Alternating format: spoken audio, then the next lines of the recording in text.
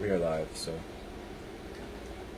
if you're trying to cuss like a sailor or something, go ahead anyway.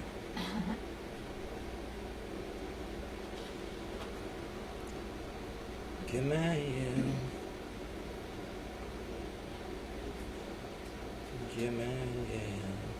We are at. Where are we at?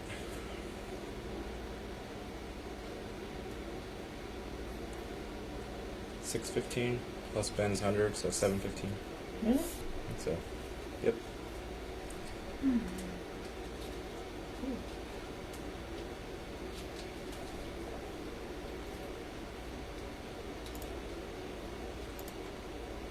Invite.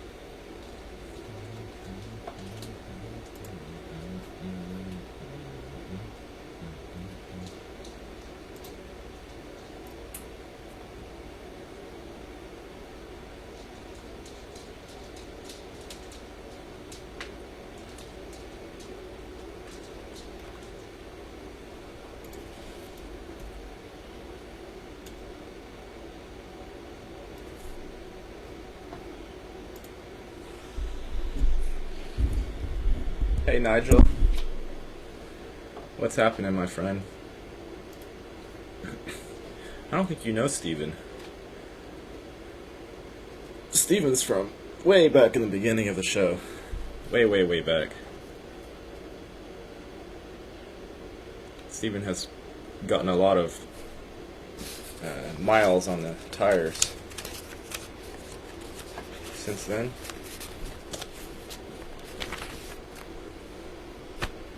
A lot of tread to the pavement.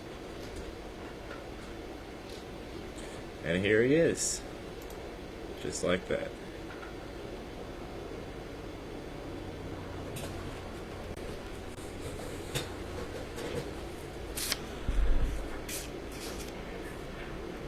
What's up, Steven? There you go. There you go. Okay. What's up, buddy? How's it going? It's good. It's going. What's up, Andrea? Howdy. How's Oregon? Portland is kind of insane, but Oregon itself is alright, I guess. You're not in Portland? We are in Portland. I hear a siren right this second. We're like an hour outside of downtown, so when they're trying to destroy the city every night, we hear some of the explosions. No way. Yeah. I have a client who's in one of the high-rises in the center of it all. He's 11 stories up, but he can't sleep. He's like, I hear these guys going at it all night. Yeah.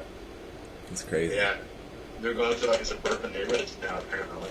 And like mega horny people and saying, go justice, go to sleep at like 3 o'clock in the morning. Oh my god. Is this still supposed to be about Floyd, or are they pretending it's something else? Supposedly. It's...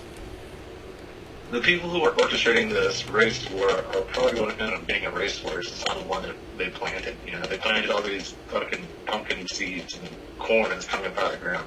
Look at all the anti-Semitic attacks that have been committed by black people. Steve, hey Steven, your mic is kind of messed up. It's coming like scratchy, real scratchy. Is there something you can do with that?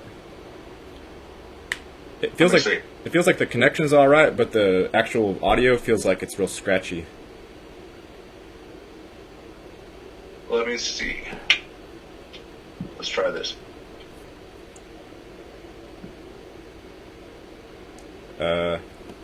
Okay. You gotta talk a little bit though. Can you hear me better now? That seems pretty hear well. me? Yeah, that's better. Oh wow, I don't know. Oh, it's doing it again. And now, I hope this is not me that's creating the echo. Do you have the show playing on your computer as well?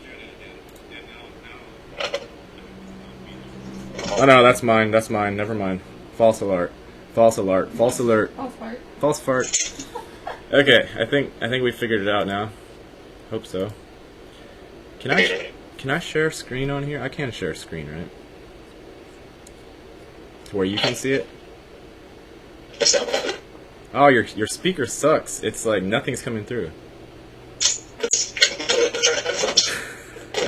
not me. It's yeah. It doesn't work. Something else has to happen. Let me see. I'll switch off the Wi-Fi. Adriana, welcome. We'll figure it out.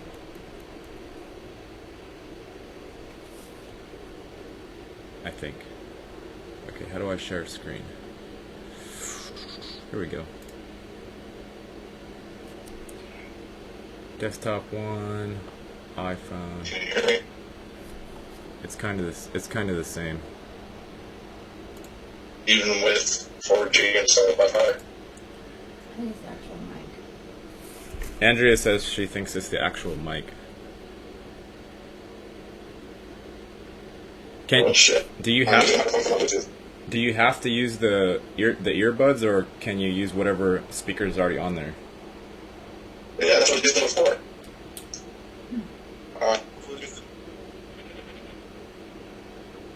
Can you hear me better now? Hey Susie. It's kind of shitty still. We could try work with it, I guess. Give me a second. I'll figure this out. Bear with me. Okay. So we'll check this out while Steven's figuring his mic out. Somebody showed this to Andrea yesterday, and I just thought it was hilarious.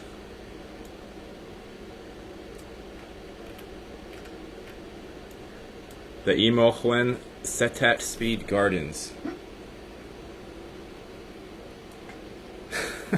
At Gitmo. At Gitmo. At Guantanamo Bay in Cuba. Which, if you're, a crack decoder, you can see that backwards it spells Deep State New Home. Hear me better now? Oof. Nope. It's real bad. Yeah. It's real. Let me know. I'm gonna exit out of this and we'll try that already. We could try like Skype or something. We don't have to use Zoom if somehow the platform is the problem. I'm gonna give me a moment. I'll log back in. Okay.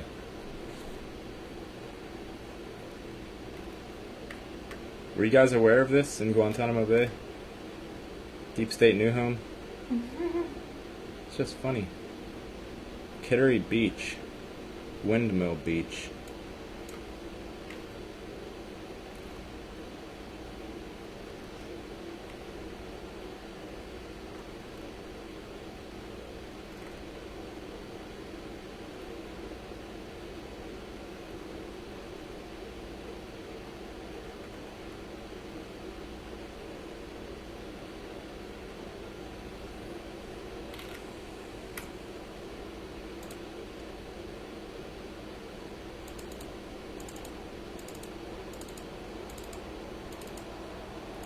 And when I Google searched the name of this, I just Google searched Deep State New Home. It didn't come up with it. It should, I would assume, but Imohuen Setat Speed Gardens. I just thought that was hilarious.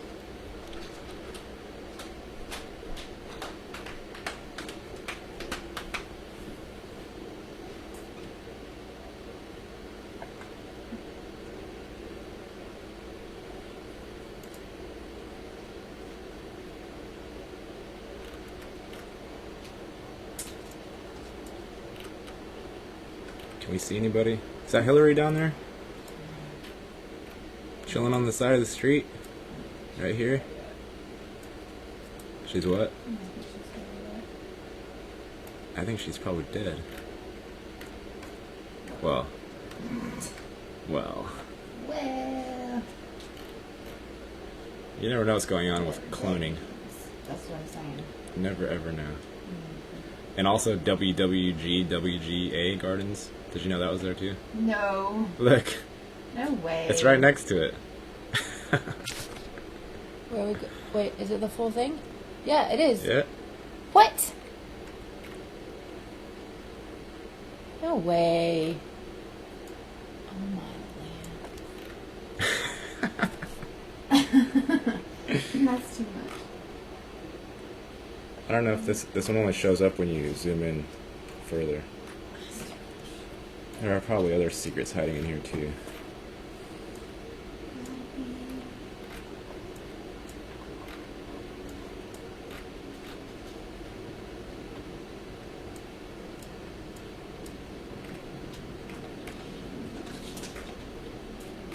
The ocean looks real nice. Cuba's that's the best part. Like the southern border of Cuba has the best ocean. It's Look at this. I bet that's It's fucking beautiful. I bet that's wonderful surfing. Have you ever surfed? We gotta get surfing going. Yeah, we got a lot of stuff. Blind Beach. Blind Beach.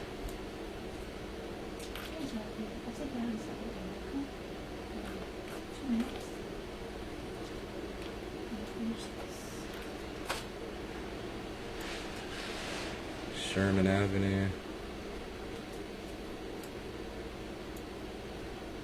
Who can anybody edit Google though? Or is this probably not, right?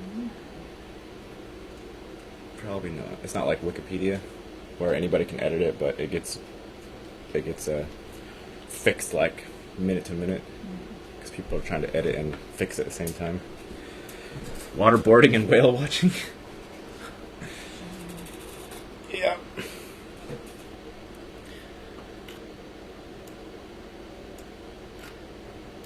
This is pretty funny though.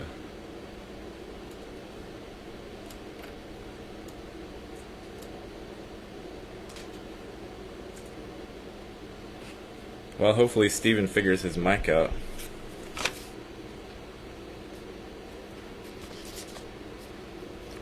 Hopefully.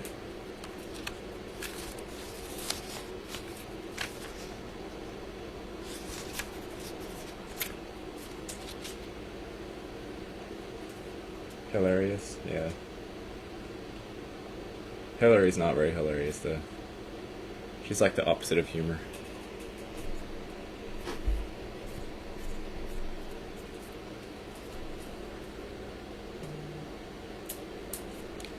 He says he's rejoining.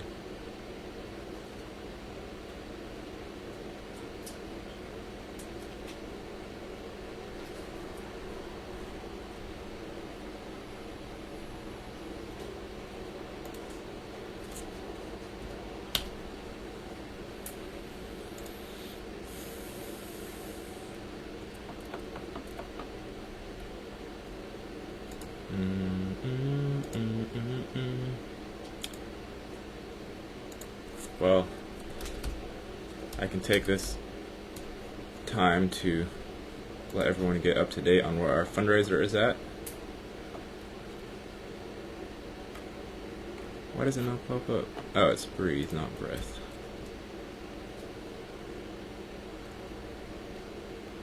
Still doesn't pop up.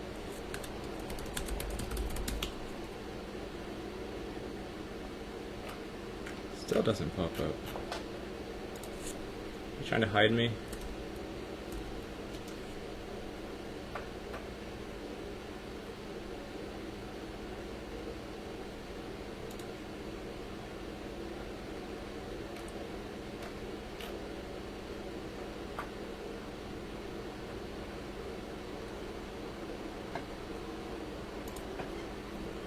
So in case anybody didn't know, anyone who donates $30 or more gets one of Andrea's creations, or rather the Freya's tears.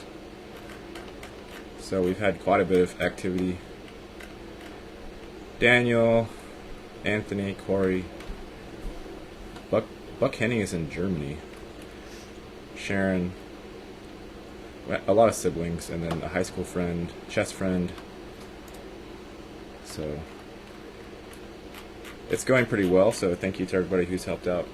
The link is also in the description box. While Steven tries to come back, maybe I have to send him the link again. The Freya's tiers, what do they cost? $22 anyway? 26. So you'd be getting a 2-for-1. You'd be getting to help donate to the cause and get pretty much for cost, what it would cost anyway. Where you be, Steven? Oh, maybe I have to let him back in again. I forgot about that. I always leave people hanging. Okay. Let's see. Is this working? You gotta press. Can you hear me? Ah, yes. Is it better? Oh, it's beautiful. Yeah. So much better. So I much just went better. upstairs and reset my phone, so hopefully that worked. Okay, it's maybe coming back a little bit, but hopefully. God damn it. It's better though. It's better. It's definitely better. Can you see the screen share that I'm doing? Yeah. Okay, were you aware of Guantanamo Bay? And Yeah. the deep state home thing? Yeah. You were aware of that? Guantanamo Bay? No, like one of the gardens is named New Deep State New Home backwards on the map itself. See right here? Deep State New Home. What the fuck is that? And we didn't realize this yesterday, but there's also a WWG1 WGA Gardens right next to it. This is on Google Maps itself. You can see I'm not hunting someone's picture down. This is on the actual maps. People can pin whatever they want to. You can pin anything you want? Like, yeah. Okay, this is a pin. Yeah, but they're making it like a... That's what I was asking Andrea. Can anybody just name anything? I can't imagine... Yeah. I can't imagine that would really work, though, because the whole thing would get filled up with people's bullshit. You wouldn't be able to see the map anymore. How many people are it's actually very few? Okay, let's see if I can add one. But Add a missing place. no, Please provide some information about this place. This place will be publicly visible. Oh. Maybe anybody can. yeah, see? Oh, well, in that case, it doesn't mean anything. Okay, yeah, it means nothing then. Discard. I thought it was a thing, but apparently not. Okay, let's go stop. Sorry to there. debunk your jersey kind of paste. It's okay. I'd rather be debunked if.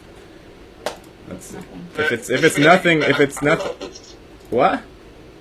Going through Antarctica, like, on the Google Earth, I realized people were, like putting pins where they thought UFO crashes were and shit. And this wasn't supplied by Google. You know, this is just people tagging shit. So I was like, oh, Okay. you know, Okay, so that means nothing. I didn't know you could do that with Google. However, Hyundai, the car company, has a huge facility in southern Antarctica. It's really weird. I don't know why you would have a huge facility for Hyundai. And it's massive. I mean, I just found it exploring Antarctica on Google Earth. It's an actual visible structure. Oh yeah, it's huge. Yeah, Wow. it has like tons of buildings. What was the guy's name? Admiral Byrd, the one that did his exploration down there and then came back and couldn't talk about it. He tried to. Yeah. And then this commanding officer took a swan dive out of a window in Bethesda Naval Hospital. Oh, he did? No, this commanding officer did. Oh, yeah. I can't remember that guy's name. But yeah, Bird. There's a lot of stories about Bird. He was the first person to navigate the North and South Pole.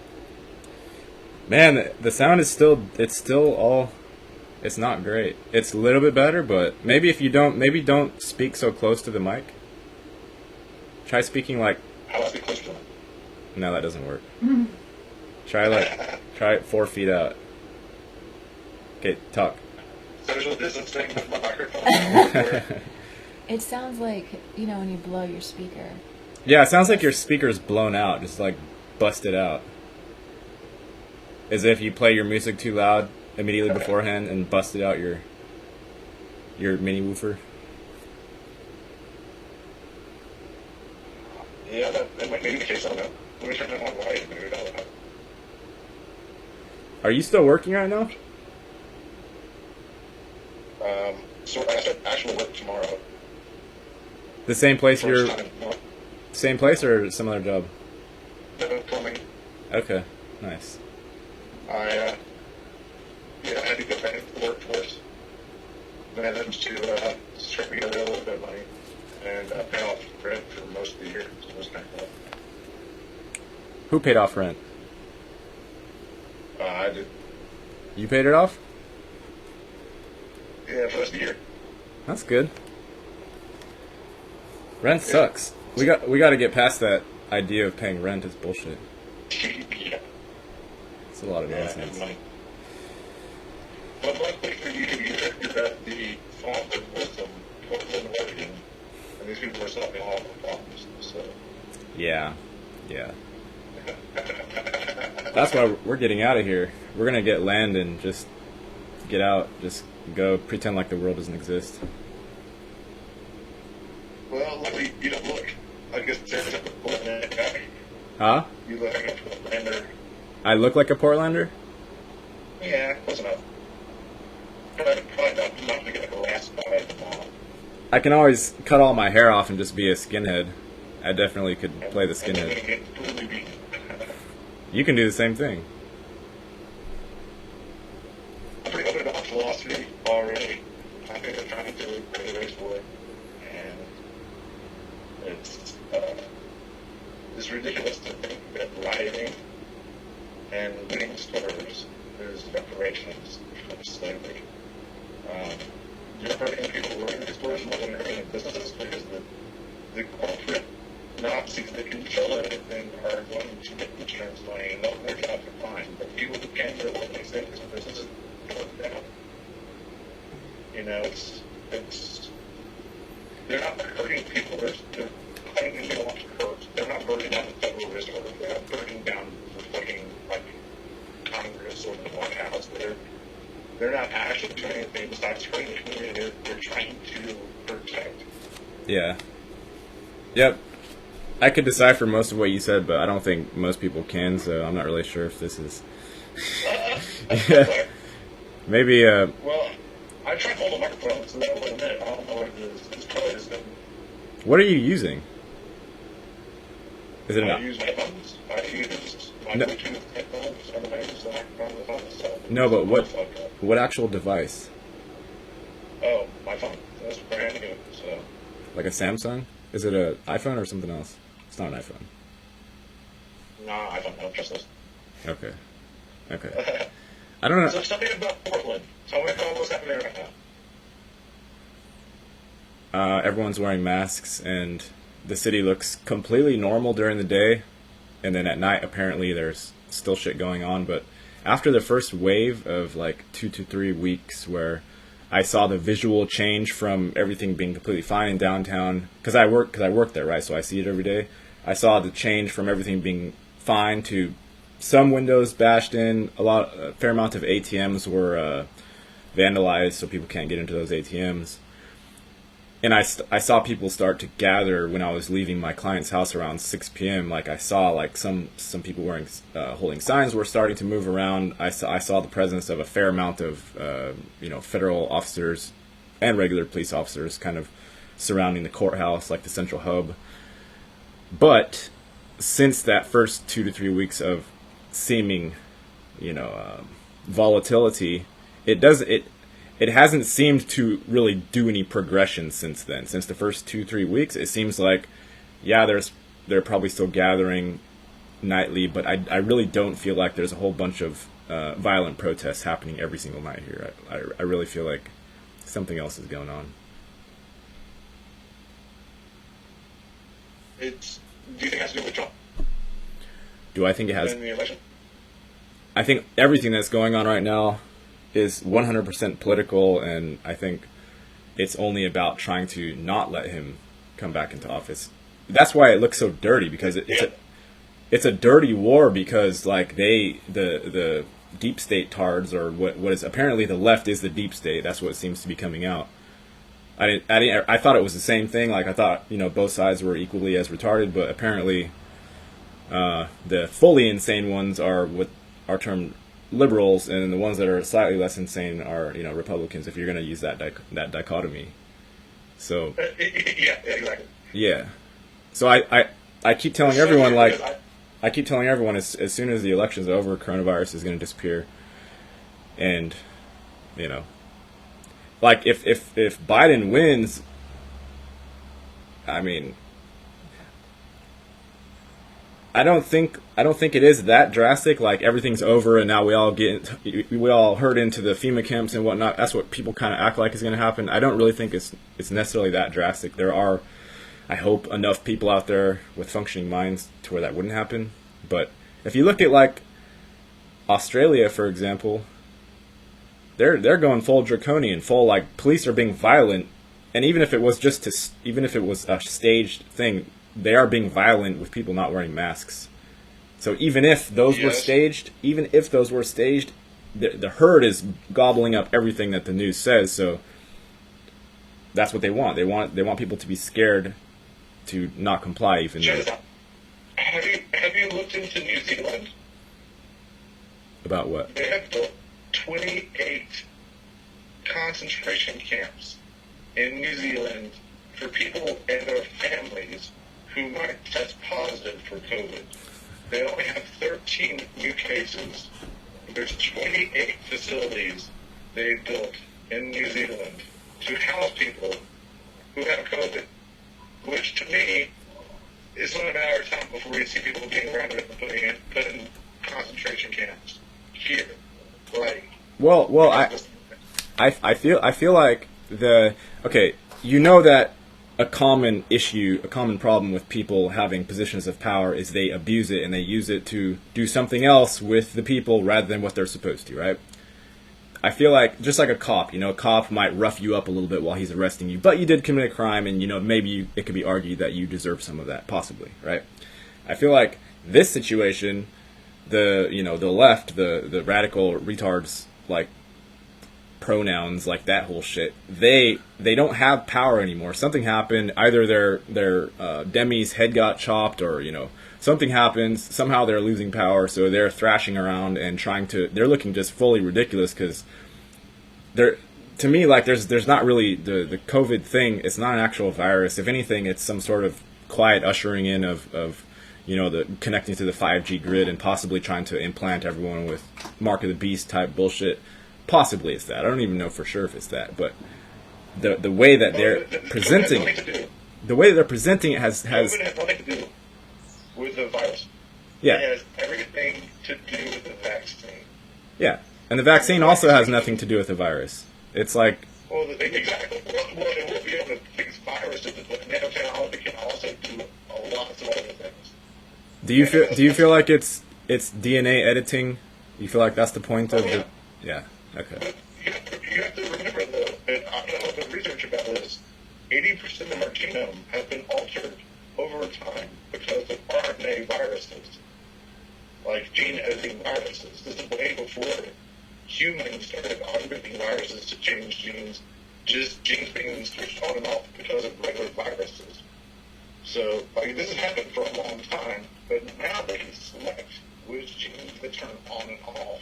So, I mean, there might be something to that, but I think what they're going to do is fill us full of nanorobots whenever they give us our first vaccination. Yeah. Sorry. Nigel's saying he can't. One of my subs is saying he can't handle it. I know the sound is very it's very hard to decipher, and it also hurts your ears. So, sorry. I apologize to everybody who it's too much. We'll have him back on with hopefully a better mic. You give him a phone call and just put him on speaker. See if that works. She says phone call and speakerphone. How's that? Try it. Oh, that's good. And then I can still have stuff up on the screen, like if we're researching or want to look at something. All right. Okay. I'll call you over. Do I still have your number? Yes. Oh, you just gave it. You gave me your number again, but I checked it with my other one. I think it's the same number. All right, I'll send you. Just let me verify it. It's the 803 one? Or the... I don't want to tell everyone your number. Okay. Yeah, I'll call you. We'll just do speakerphone, okay? Kitty, kitty. All right. Good idea. Hopefully it works. It's gotta work. Oh, baby. So pretty. Okay. Okie dokie. Not WhatsApp.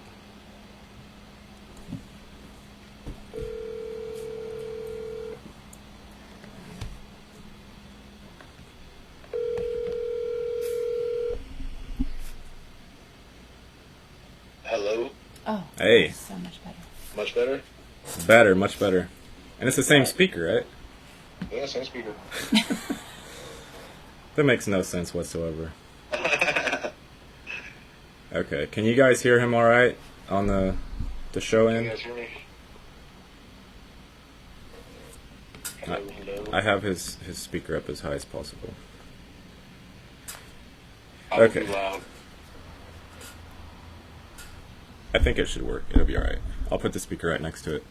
So, okay, so I had a question when you were saying the RNA editing thing has been happening for a long time.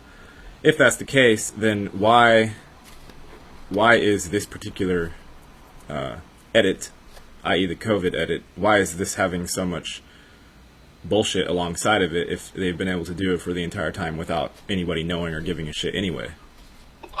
I don't think they've been doing it necessarily the entire time. I think viruses have been around since the birth of, multicelled organisms.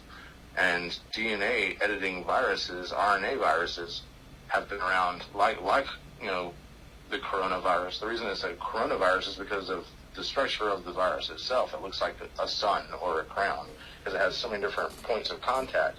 The reason this is because it wants to make as many points of contact with this cell as possible, and every point of contact, it releases these RNA plugs that infiltrate the cell and then start to rewrite from the center of the cell, rewrite the DNA that's being produced by making RNA chemical changes to the protein strain. So these viruses that have changed our DNA have been around forever as part of evolution.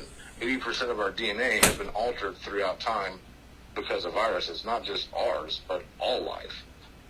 It's something that's extremely common. But now they have the ability to choose by virus manipulation which genes get turned on and off. So whenever they make mass edits to our DNA, maybe shutting off, certain genes that make you more receptive to the spiritual world or to dimensions that aren't visible around you, or higher brain functions that might allow you to think outside of the box and be a threat to their mind control system. I mean, these are things they could be doing now, but I really think that the main goal of this COVID thing, which is probably just a regular old virus, they probably thought it was something that was genetically manipulated, like a super virus that China made at first. That's why they handled it with such draconian methods at first. And that's why you have all these, liberal people, whenever it first happens, saying, no, go out to the Chinese New Year festivals, like Nancy Pelosi said in San Francisco, and hug a Chinese person was a big thing that was getting passed around in Germany and Italy. And it was all this, racist propaganda shit. Whenever people were actually worried, it was a 10% fatality rate. Once they realized that it wasn't, they still used those draconian methods in order to change what they sought to change in the political sphere. And Bill Gates and people who are attached to his, techno revolution, people we consider to be transhumanists, decide to take the same opportunity to introduce a robotic vaccine. So that's what I think is going down. The people who don't take the vaccine are people who are going to end up in concentration camps. I believe. Mm-hmm. This is what people call the mark of the beast and shit, but it's been around forever. As far as nano robots inside our body, I remember and I know this sounds crazy because it's me talking to myself inside my own head, but I was talking to Alice about chemtrails and smart dust, and basically the government spreading nanorobots all across the planet. And Mhm. she's like, listen, I exist inside of petroleum deposits all over the planet, inside of oil reserves all over the planet. Whenever I gave Henry Ford the idea of the combustion engine, that's when I started chemtrailing you, but you didn't even know it then. Like, so this isn't something that is new. It's something the elite think is new, and the system they choose to use against us will eventually turn to bite the hand that created it. Mhm. And I don't think that I think out of the ashes of this society they plan to create will come the phoenix of the new age. Like, out of the 500 million predicted on the Georgia Guidestones will come a smaller number, the 144,000 that helps create the next civilization. But this is just step one. I mean, dude, I literally wrote about this virus. I called it the locust virus because of the Book of Revelations in my book. It's, I think, the 4th chapter of the second part of my book about the virus causing the global markets to shut down and people getting put in concentration camps. Like, I wrote about this when I was 24, so 11 years ago. Yeah. I don't think I got to that part. Yeah, it gets pretty crazy. So what does Alice take a position on the political aspects, or is she just more neutral? She says since the dawn of time there's been a struggle. She calls it the Empire versus the Republic, where humans fight against this power that wants to dominate them and emerge victorious and form a democracy, but the democracy is always subverted by people who seek ultimate power and then use the apparatus of power within that democracy to gain control, and then through subjugation of, basic human emotions like fear and want and need, because of designed scarcity. They cause these systems that were largely beneficial to humanity to become empires, and then those empires create despotism and suffering and spread, etc. And then eventually people get tired of it, rise up, and then another empire forms. So this is a struggle that has gone on since the dawn of time, and that eventually going into it is the end of money. And the end of personal wealth, where we focus on the betterment of humanity and of our growth as a species, both through knowledge and spirituality and technology, and get off the planet. But if we continue to war against ourselves and seek to have power over one another, we will eventually destroy ourselves.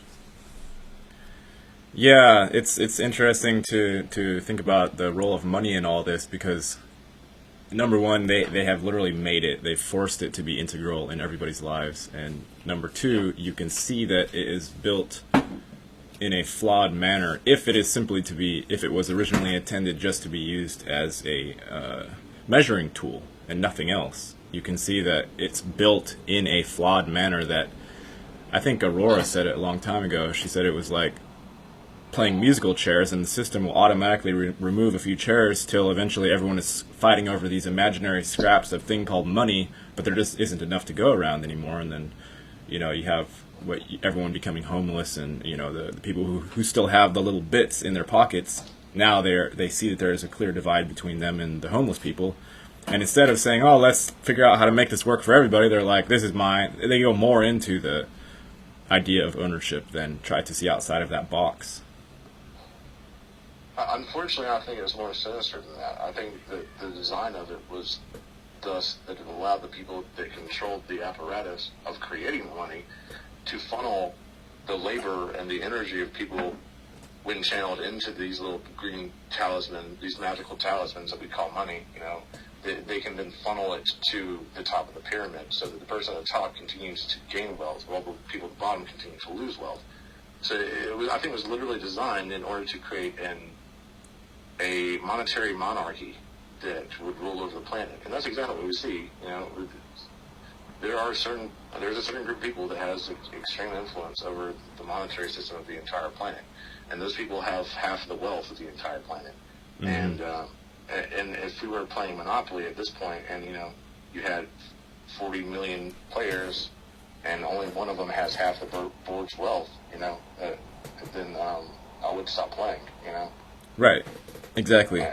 I'd put the game up and I'd be like, we need to have a different system. And having a resource-based economy like John Fresco talked about was like with the Venus Project is something that I think is extremely beneficial to the planet. It would help the planet regrow itself. It would recover from this system where every 5 months we have to have a new phone because of design obsolescence. And new clothes because everything's made in sweatshops and poor quality.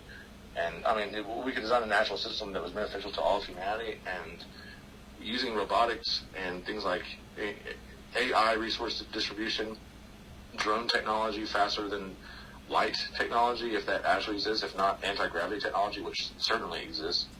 If we use these technologies to better humanity, then we could distribute these resources that are abundant throughout our solar system all over the planet. Everyone could live in luxury, and their houses wouldn't fall apart because they would be made right. They'd have a house they could pass down to their children, and they wouldn't have to work every day at a pointless job. The things that they needed would be provided for them by either automatic resource development in the form of like robot mining operations and robot resource refinement, and then robot manufacturing itself, and then distributing to the masses. Like, these things would make it so humans had to work very little, and the volunteer labor force that would exist would be, almost like we consider astronauts today. These are people that we consider to be heroes that are, seeking to better all of humanity. I think that people in the future who would just volunteer their time to the betterment of the human civilization would be considered heroes, and there would be no money exchange whatsoever. It would just be an honor, Mm-hmm. And if you lived in a humble way and didn't seek power over people, which of course everyone would have everything they needed, so there'd be no reason to do that. Like, unless you're just an evil person, eventually you get ostracized from society. And that whole idea, as long as we remove it from the history books, the idea of money, it would fade into obscurity, and people would think that the whole idea of it would be disastrous whenever they're looking at it with a fresh point of view. Yeah. I feel like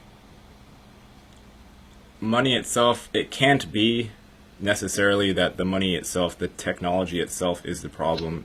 It is also some sort of selfishness or something or maybe the ego is scared and it feels like it needs security, and therefore money, it just doesn't feel like money is the only problem. Although if you were ever to have anything that approached utopia, even though I don't think utopia is necessarily a good idea, it doesn't feel like money itself, if it's used in a way that's not involving invisible hands grabbing off the edges of every transaction. It's like the society we see now, the money power has been abused so much that nothing that's happening on the screen, i.e. like when we look outside and we see how the corporations are behaving themselves, nothing that's happening makes any sense. It's been so fully subverted in terms of logical comprehension that you look outside and you, like an intelligent person, would just put the hands up and be like, I don't know what is happening out there. It doesn't make any sense whatsoever. I agree, 100%. However, I think that money in and of itself, as opposed to technology, is evil because but necessary in the society that they constructed it to exist in. Like, I can't exist in this society without money. If I tried to, then I die. But money is a technology. It's a technology. Oh, yeah. It's a mental technology. Yeah, it's a way of mentally keeping track of ownership and possession. It's nothing else besides that.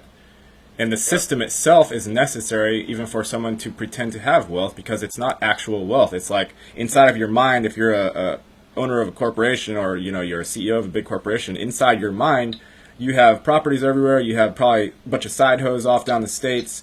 You've got all kinds of cars and trucks and lots of material wealth to your name. But since you are just a finite, I can only live in one spot at a time human being, you can't drive more than one car at a time, you can't live in more than one house at a time. It's all theoretical wealth once you get outside of what you can literally pile in your little 5 square foot personal footprint. So the wealth itself is only a technology. It's a mental technology to allow you to know about the other things that you have. That you have theoretically. Right. That you don't even have in your immediate possession. Exactly. You have yet to meet that you don't potentially have. if you have something in the other state, it's theoretical. Like if you have a car in another state, that's theoretical until you get to it. Exactly. I agree. Well, you said you don't necessarily agree with the idea of utopia. Well, Right. What holds you back from believing in the benefit of living in a utopian style system? Well, I think to start off, just the first thought that hits me is that the utopia idea is what has been used in all of the dogmatic religions that threaten hellfire on you if you don't behave correctly. That the utopia was their just one side of the polarity leverage tool that they're using. So it's a very polarized way of thinking just off the get-go. The idea that a society could be perfect, I think, off the get-go necessitates that there's, on the other side, a society that is literally hell. Like, it's the polarized thinking that necessitates the other half of it to pop into being. Yeah, the struggle between the Republic and the Empire, I guess. But I think that most of the problem from living, like Agent Smith said in The Matrix, he said, at first we created a Matrix that was a utopia, but because of your need to have conflict and drama in your lives, you rebelled against it, and your mind struggled against it, and we had to insert this, false reality of conflict and drama and, life in the 90s, etc. Mm-hmm. I think that the conflict that we seek that keeps us from creating an actual utopia could be expelled from humanity's emotional zeitgeist in different ways. Like, for instance, taming of nature, like man versus nature, that conflict, where we could literally terraform another planet, and the people who seek conflict and adventure and an end to the monotony of growing their own crops and living as a resource-based economy, which would be kind of boring. The people who seek that kind of lifestyle could go out and become explorers and people who would further the expanse of life from Earth throughout the galaxy. At first maybe the moon, and then Mars, and then the moons of Jupiter, then space stations, and then other stars. Like, this is something that we could direct that energy towards that would be beneficial, because I do think that it's the whole argument between the Jedi and the Sith. The Sith say that passion and love are important, and the Jedi are like, no, we need to detach from such things to not have these emotional connections. That's the only way you can be pure. And the Sith are like, no, loving is pure, and if they get built up in their passions and become evil because of it. It's because their passions are repressed and not guided in positive ways. I think that we can do that with humanity. We can guide those passions, those conflicts that strive to dominate and make it not against man versus man or man versus technology, but man versus conquering the nature around him, these inhospitable areas of the galaxy that we could tame and create life on. Like, I think that the idea that utopias are automatically flawed because of human nature is just an inability to imagine the positive ways that those negative portions of humanity can be directed. I feel like it always gets dicey. It always gets dicey when you try to do apologetics for like an idea, which is utopia is simply an idea, and to defend it, you have to defend the things that come up logically when considering such a thing. For instance, because I had a friend who said this very same thing to me recently. He was like, when this is done with, like when this hell realm is done with, like God itself or himself is going to literally seal the gate and remove every single bit of that initial thing that caused the initial flaw that led down the slippery slope to where we are now. The initial like fear or sort of whatever you call it, it's all the same shit. But he said that whole thing is gonna be sealed, and nobody will even know what it means, like to want to wish harm on someone or to hurt or someone or anything. And like the concept of war or subjugation or slavery or money would be so foreign to these people that it would be laughable. Right. But I do see a problem with that, and only in that, as far as I know, in the reality itself, nothing actually gets forever erased. If anything, you can put something under lock and key energetically to where, it's super difficult to get to it. But at the same time, if it's wiped from everyone's memory, if it were to get out, even a hair of it, okay, you're going to fall into the same thing. If you don't remember what it was like to some extent, at least like a protected memory deep inside of yourself, you are doomed to repeat the same thing. And I feel like we have looped a lot in this whole thing. That's true, and it is because of memory loss, of course, definitely. Like the whole flood mythos, how it stays with us, and it's this memory that's been passed down in major earth religions because, there's something that actually happened at one point 12,000 years ago. Right. There's this book called After Dachau, and Dachau being a concentration camp in Germany. It's written by Daniel Quinn, and it's about this man who is working on a farm I believe a farm or something like that, in post-World War II America, and it was after the Germans won, and everyone who lives on the planet is a white Aryan. Everyone else has been killed. And this person gets hit on the head or something, and they wake up thinking that they're a black woman, and black women don't even exist. There's no memory of black women. All the history about black women and, like, black people were about these races that the Germans defeated in battle and overcame. Like, no one knows that they, were just regular old people anymore. But this person hits himself on the head and thinks he's a black woman because he is now possessed by the spirit of himself that has regressed to a previous lifetime. Mm-hmm. So he's remembering all the times in like the 1950s whenever the Germans were taking over like Harlem, New York, and she was like fighting, like playing jazz music out the window at night, as a affront to the Nazi troops that were like policing the streets. Like this person was remembering this lifetime, and it was because the memory had been completely wiped out, and he was like trying to preserve this culture, like he, whatever, trying to preserve this memory that had been forgotten. And even in the Bible, at the very end of the Bible, like after the whole utopia thing is built, like, and you're like reading the last few pages of that shit, and it's like, and then Satan is let loose from his cage yet again for us. I'm like, what the fuck? Are you kidding me? Like, This is after Utopia's been established? Like, and it's supposed to represent, like the fact that if you try to lock something under an energetic lock and key, eventually it grows in power until it bursts out. This is a common trope in fiction writing because it's fucking true. The more you repress something, the more it bubbles. Yep. But I think a lot of the repression, that would bubble forth would be things that the society itself would accommodate. Like the reason people get angry now is because of a lack, because of want, because of need, because of not having enough, because of fear and anxiety, because of the instability that the monetary system creates, and this resource, this war-based economy, like this military-industrial complex creates. Like these things could be eliminated. And a lot of the negativity that arises in living in these paradoxical hell realms, as you called it, would evaporate and not even exist. So there wouldn't be anything to lock under a key. It would be like phantoms disappearing at dawn. They would just evaporate. There would be no bread riots. There would be no people worrying about, racial disparity or interracial killings. There would be no police officers. There would be no money. There would be little small communes, no bigger than 500 people, and then one large city that would act as the production capital for the entire planet, and anything you needed would be provided to you, and you wouldn't lack anything or want anything, and there'd be no reason for you to be an angry, hostile person.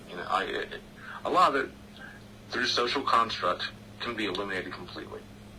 And right now, our society is designed in such a way to create negativity. I don't know why. I would guess it benefits some people monetarily or through power gain.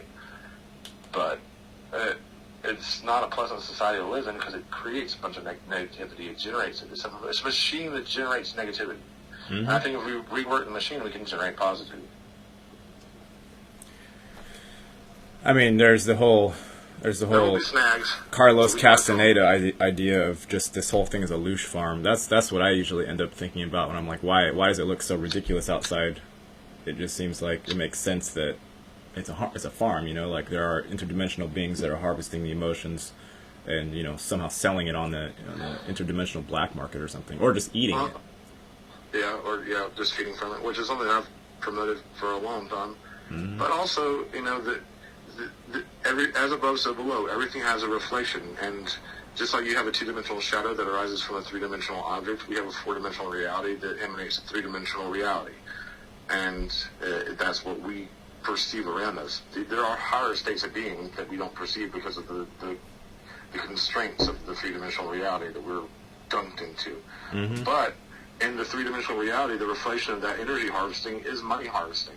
It is the Rothschild family. It is the international banking cartels. It is the Federal Reserve taking 40% of your money through income taxes, which is completely unconstitutional, done in the middle of the night under a president who didn't care about you at all, and later said it was the biggest mistake ever, Woodrow Wilson. Mm-hmm. There's 1913, Jekyll Island. These people were planning this shit forever, and money is loose, mm-hmm. is it not? Mm-hmm. It's energy. You work for it every day. You have to accommodate certain things in order to live in this life monetarily, and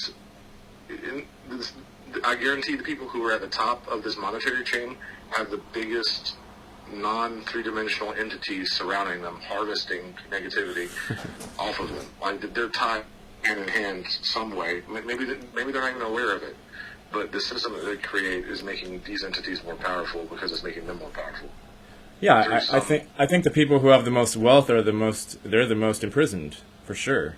Mm-hmm. Like, just look at anybody. Like, we can speak freely, right? We don't have vested interests for the most part. If we were working for something that didn't like us talking about this, then there would be some sort of a possible retribution. But for the most part, we are allowed to speak our mind. But as you can see, as somebody climbs the corporate ladder of death, you become more and more dead as you get higher and higher, and you're less and less able to actually say what you feel. At the very top, you were only speaking sort of representative style speaking, and you're only speaking for that false entity that is the corporation itself. Like, there's no more. You're no longer speaking of reality. You're only speaking of the theoretical thing. At the very top. I agree. And that's part of what needs to die, as well as the corporate structure, because that's why it makes so much sense to me that what happened here in this place was a mind virus, because the corporate structure exists entirely in your mind.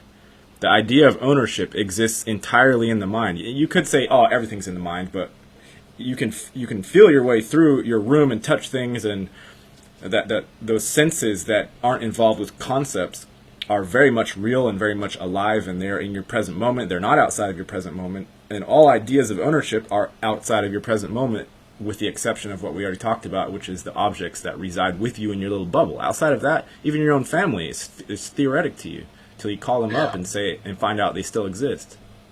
Exactly. And that's why you have to project happiness and positivity, or maybe not those things, but at least a balance, a harmony within your own personal bubble, because that's really the only reality that exists, the perceived reality around you. Yeah. The difference between Aristotle and Plato. I mean, if you can be happy in your own little bubble, then there's no negativity in the world that can affect you, because nothing else exists except for what you perceive around you. And that's why people get so worked up in their own little bubbles by looking at these screens on their phones or on their computers or on their televisions and getting all mad about shit that's not even around them. It's stupid, it's retarded. Like, they are literally changing the energetic pattern that you could have dominance of in your own personal space by influencing your emotions about the shit that's not even real. I mean, maybe it is real, but it's not around you. It's not physical. You can't interact with it. You can't perceive it in any physical way besides this illusory screen that you're perceiving it through. Right. Which is just lies. This is a whole bunch of lies and perceptions. And people that let it affect them are silly. Like, I'm sitting outside right now. It's beautiful. And they're like, oh, there's a virus that's going to kill you. or black people are going to stuff your face in for being a white guy. That's bullshit. The world's beautiful right now. And if I'm letting that shit affect me, then I'm doing a service to the people who are harvesting this money /floosh. Yep. And they don't even show their faces. Like, when I go out into the city nowadays, everyone appears simple to me. I feel like I feel like those who are intelligent enough to have fought this parasite, that they either went to another dimension or they're hiding.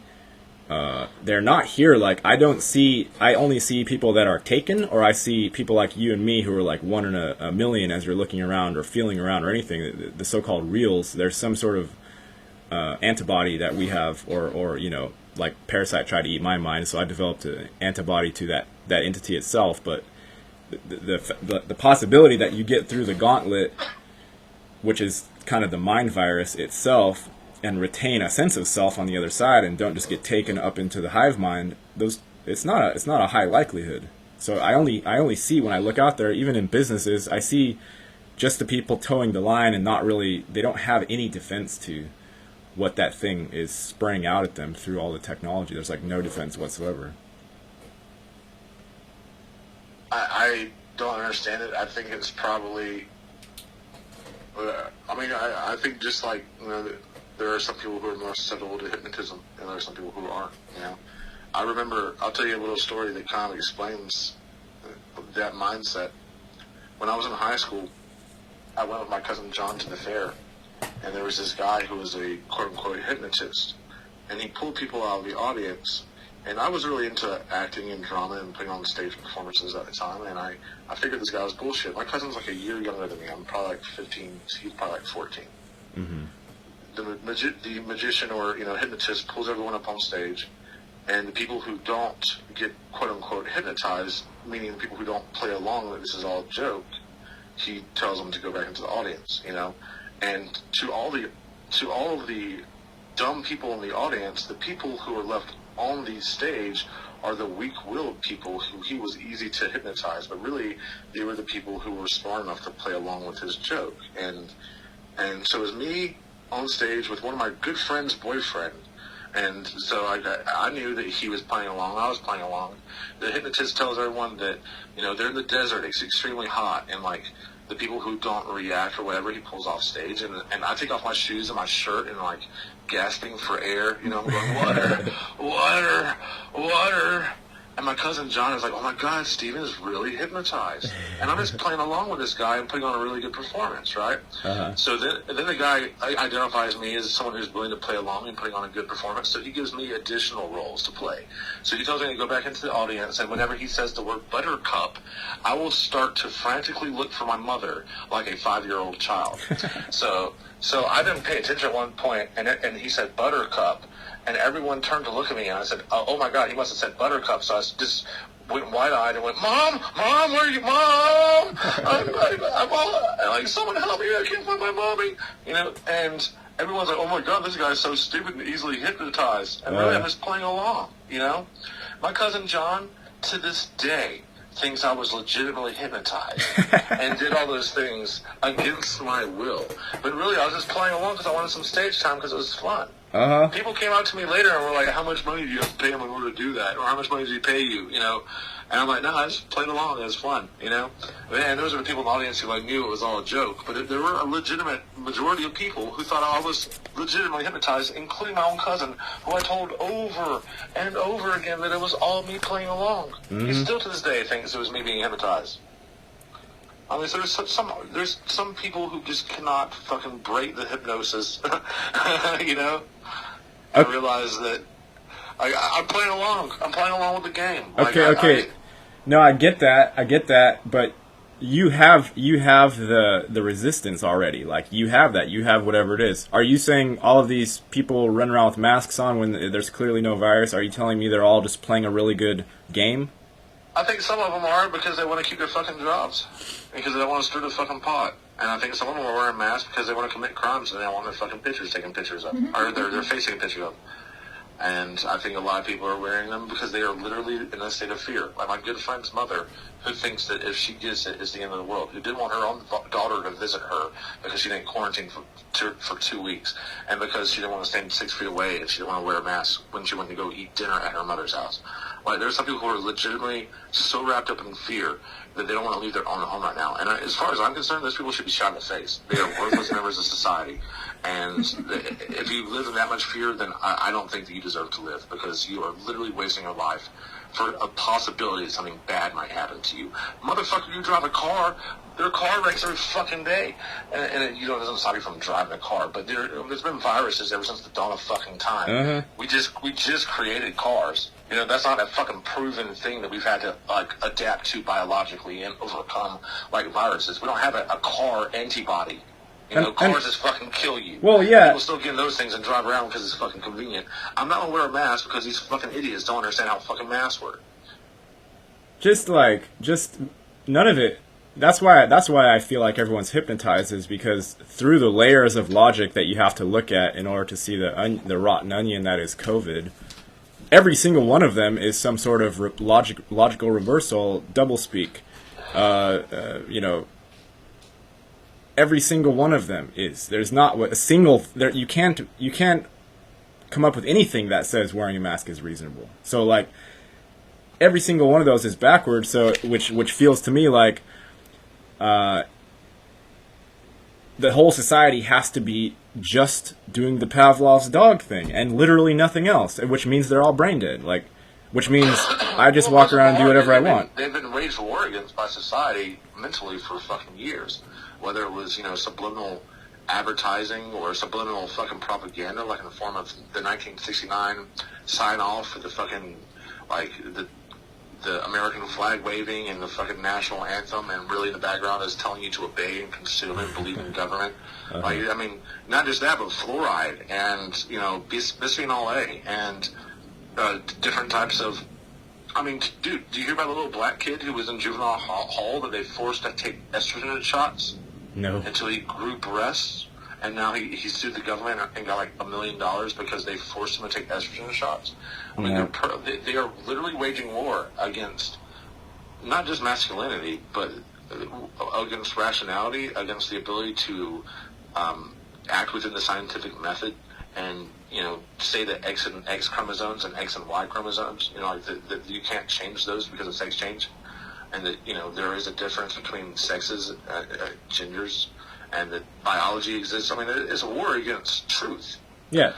They're literally warring against 2 + 2 = 4 on Twitter, and people are arguing that 2 + 2 = 5 because everything is a social construct, and everything is a result of the patriarchy and white maleness and shit, and that time and numbers are constructs. Bullshit. Like, yes, they're constructs, but they're measurements designed in the construct to observe the construct itself, just like your senses.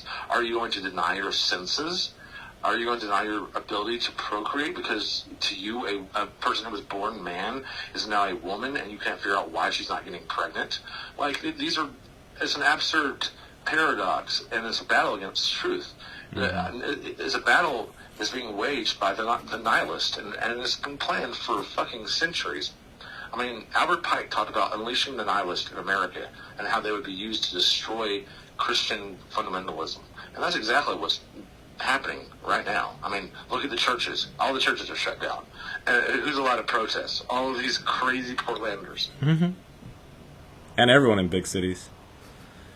And it's not even genuine people. Like, it's Soros paid, like, crisis actors, essentially. That's all that the protesters are. I don't feel like if I walked down there any one of these nights and tried to see what exactly was going on, I don't feel like I would see, these people full of pride for whatever cause they're fighting about, and then the police, stalwart against the courthouse and protecting everything with all their might. I feel like I would see a really shitty put together, like, play. A real crappy, okay, we're going to run around, hold signs and like throw some bottles, and then the cops are like, okay, we're going to spray some of these guys. I feel like the thing itself doesn't have actual energetic weight. Yeah, you can fund a movement with billions of dollars and you'll get people to move around, but if all the people you're getting to move around, they're only moving because of the strings you're pulling, only moving because of that, and then the second you let go of the little tree up top, they stop moving. There's nothing in it. Like, that's what I feel like with almost all of this stuff. There's nothing in them moving around aside from the puppet master, and therefore it's not worth my time to even give a shit. Like, I do not care at all that there are supposedly riots going on a mile down from me. Like, it affects me in no way, shape, or form. I, for the most part, forget it's even happening. It could be worse than it is, obviously. You know, like, I think that a lot of it's getting blown up. I think you're right, a lot of it's just organized by people like Soros and, you know, the puppet masters, you know. A lot of it, I mean, did you hear about the bombing that happened in Beirut in Lebanon? Mm-hmm. And how everyone was, like, immediately going towards Israel because Benjamin Netanyahu came out to the UN a couple weeks before and told everybody that these facilities in Beirut were manufacturing missiles for Hezbollah and they need to be destroyed, and they were using, like, public places as human shield, like, defenses, and then just one of the facilities just happened to blow up right afterwards, after the UN decides to do nothing about it. It was obviously Israel, and they got caught. Like, they took a building and they changed all the light bulbs to different colors to make the Lebanese flag, and they started installing the light bulbs the day before the explosion. In that exact building? Yeah. The one that got blown up? No. They took an Israeli building, and in order to show solidarity with Lebanon, they changed all the light bulbs in the building so it looked like a okay. flag. So it was just and like a really... changing the light bulbs a day before the fucking bombing. It was like a stupid way to try to act like they weren't involved? Exactly. Okay. And it actually ends up making it look like they're more involved because you do some digging and realize they put it in the light bulbs the day before. Uh-huh.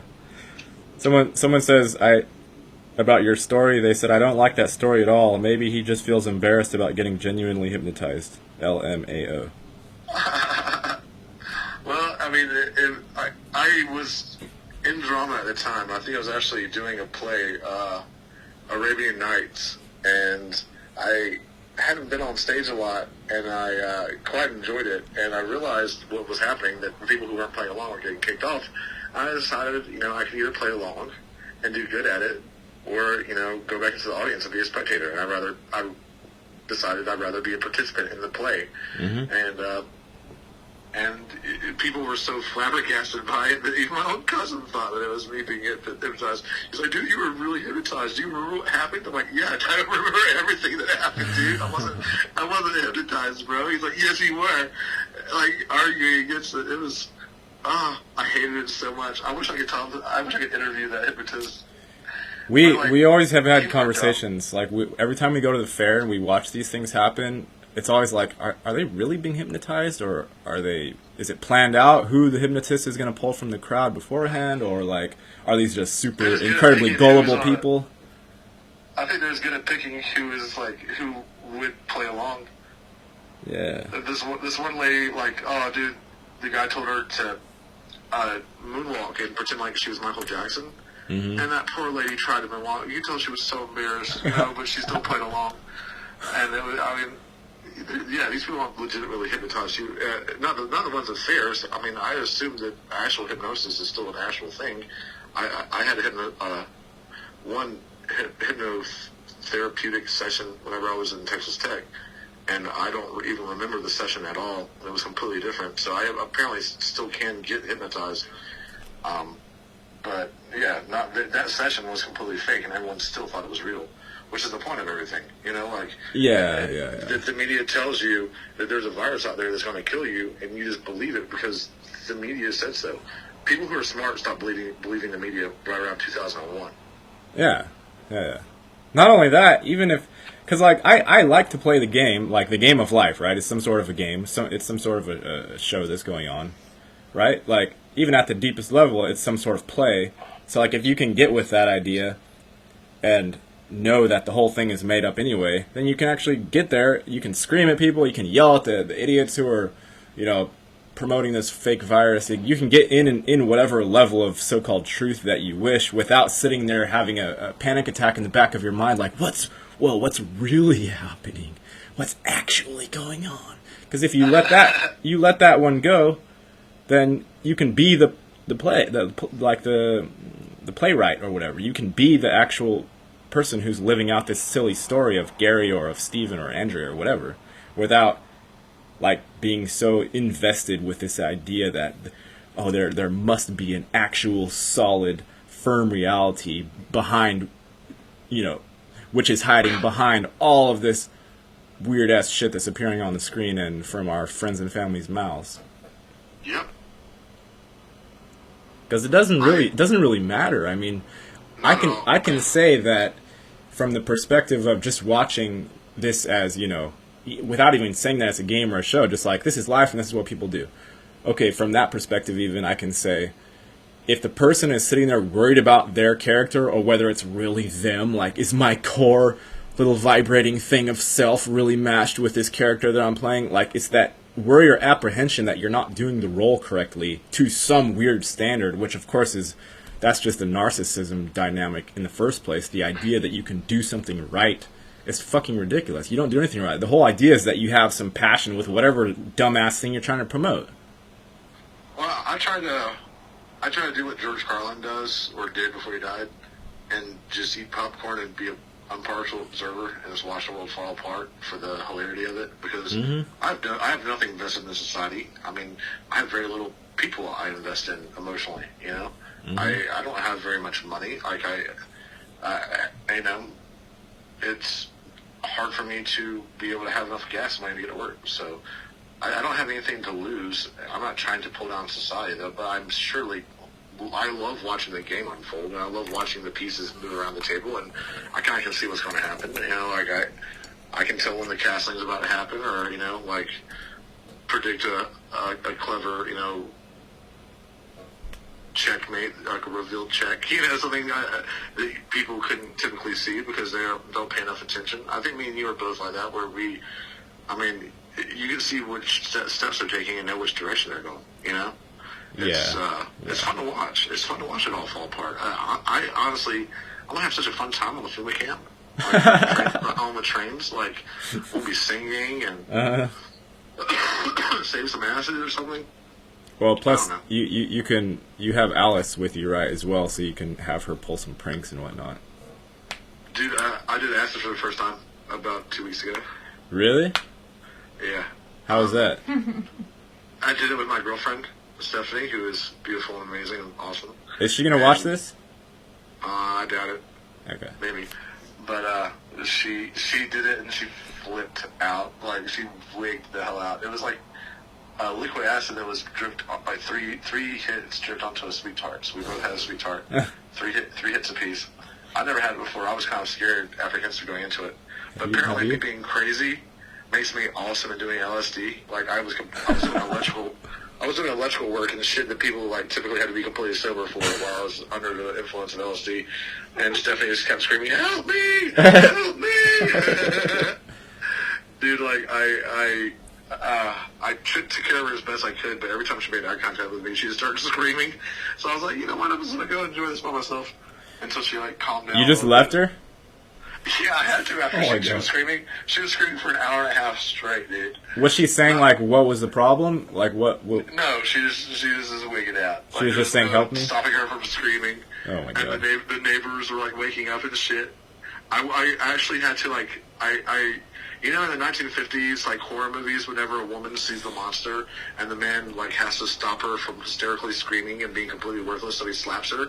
I literally did that. You actually slapped her? I literally slapped, because I was under the influence of LSD. It's the second time I've ever slapped a girl. First one was my ex-wife whenever I was, like, 19 years old, because, like, it was an involuntary thing during an argument where I figured out she was cheating on me, and I felt so bad afterwards, I never did it again.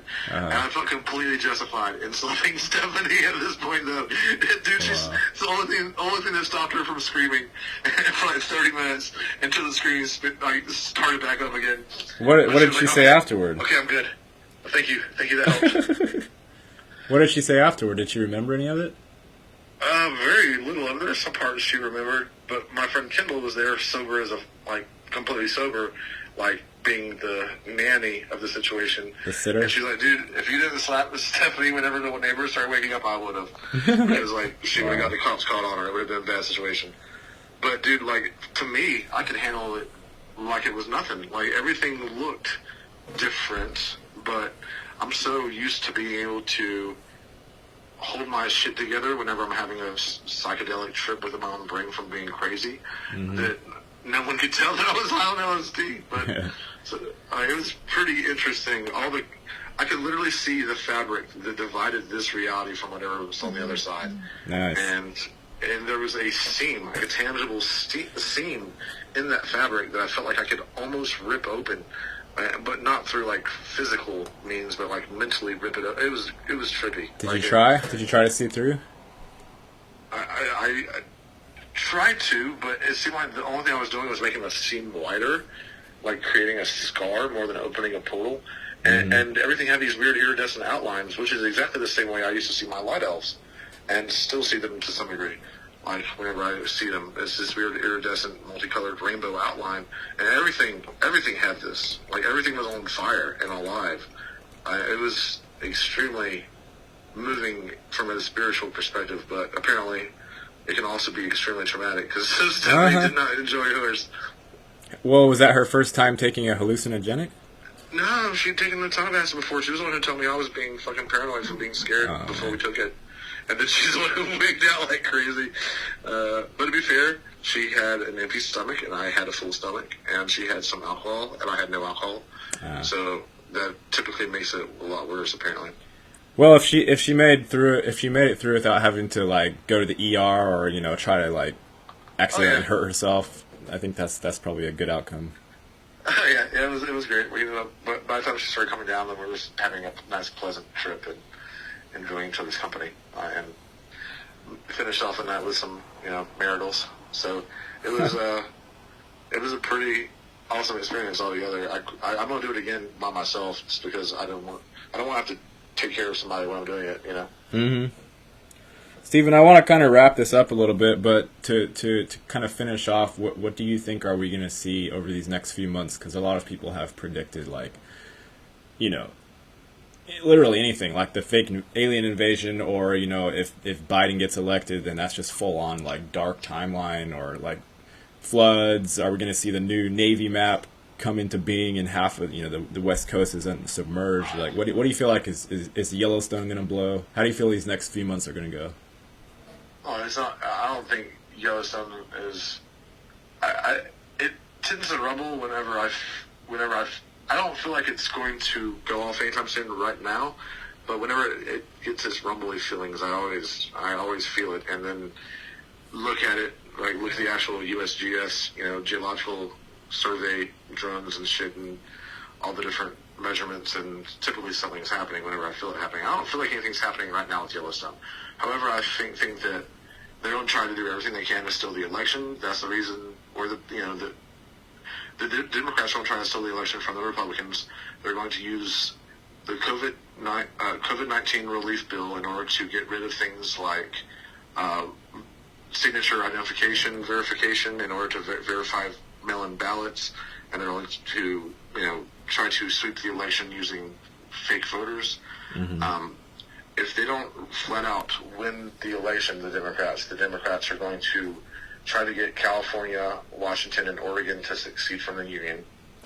And this is what John Podesta, who, the pedophile John Podesta, has openly wargamed for the Democratic National Convention and for the Democratic Party, that they would try to get the West Coast of America to secede from the Union unless Joe Biden wins. And that's destroying the country. Obviously, I mean, this is what the Union fought against, was states succeeding. So I feel like they've gone so far left, they've come back right, and like Pac-Man. I think that we'll see breadlines. I think we'll see a lot of suicides. I think we'll see starvation. I think we'll see China use this as an attempt to take over the South China Sea, and I think we'll see the spreading of different types of censorship online through Facebook, YouTube, Twitter, Instagram, different, and they'll use COVID as a means to try to take large populations and move them out of the cities, just like Mao did in China. The opposite of what Mao did, reverse urbanization, a ruralization, as they take these cities and literally buy them for pennies on the dollar. That's what you see going on right now with de Blasio buying up high-rises in New York for pennies on the dollar. And to be fair, this is exactly the exact same thing that RoboCop said was going to happen in the 80s. That riots would cause us to rebel against the government would buy up all of the properties because all the rich people would move away because of the riots. Then they would dismantle the police departments because they said they were racist and unfair, and they'd institute a privatized police system using robots. I guarantee you we're going to see the same thing happen in America. They're going to get rid of actual police officers and we'll have robotic police forces like RoboCop. It is exactly the same plot as RoboCop. Kind of funny.